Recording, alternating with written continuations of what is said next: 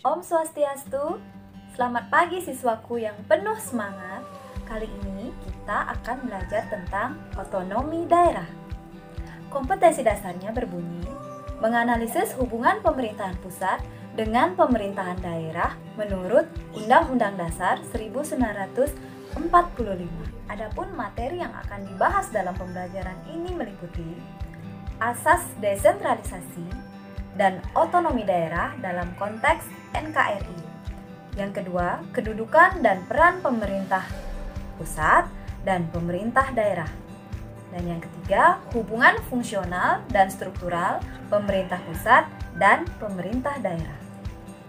Otonomi daerah secara harfiah merupakan hak yang dimiliki oleh daerah otonom untuk mengurus urusan pemerintahan dan kepentingan masyarakat sesuai dengan peraturan perundang-undangan yang berlaku.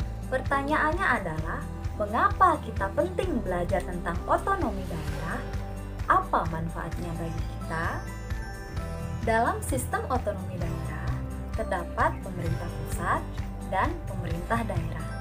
Bagaimana hubungan antar kedua unsur tersebut?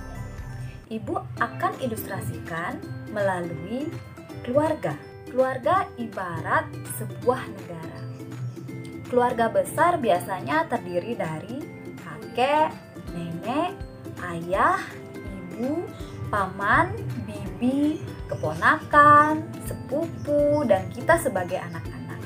Pertanyaannya adalah, siapa yang mengurus keluarga besar ini? Bisakah sebuah keluarga besar hanya diatur atau diurus oleh satu orang saja?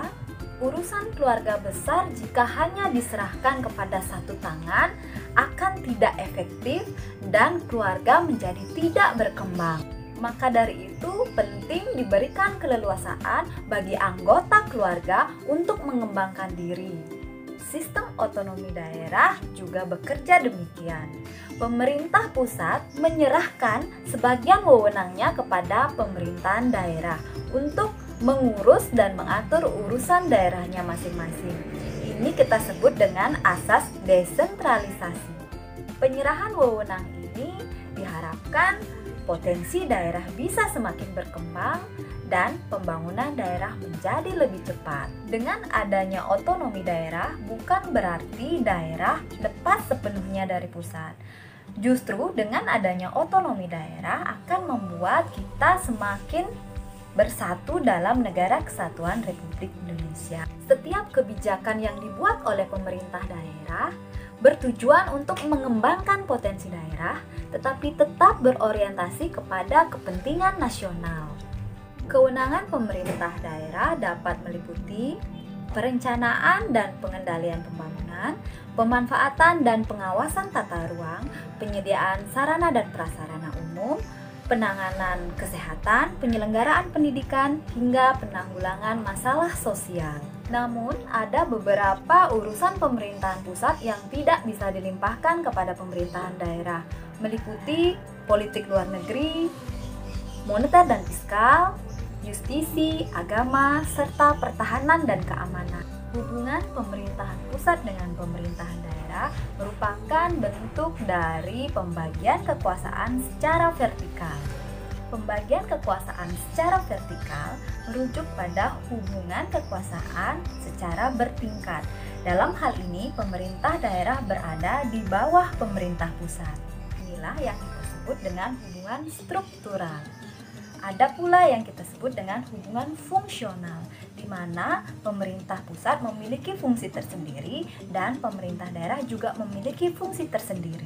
Adapun dasar hukum penyelenggaraan otonomi daerah di Indonesia meliputi landasan konstitusionalnya adalah Undang-Undang Dasar 1945 Pasal 18 dan dijabarkan lebih rinci dalam Undang-Undang Nomor 23 Tahun 2014 tentang Pemerintahan Daerah. Bagaimana pelaksanaan otonomi daerah di Indonesia, serta daerah-daerah mana saja yang mendapatkan otonomi khusus di Indonesia akan kita bahas lebih detail dalam pembelajaran ini.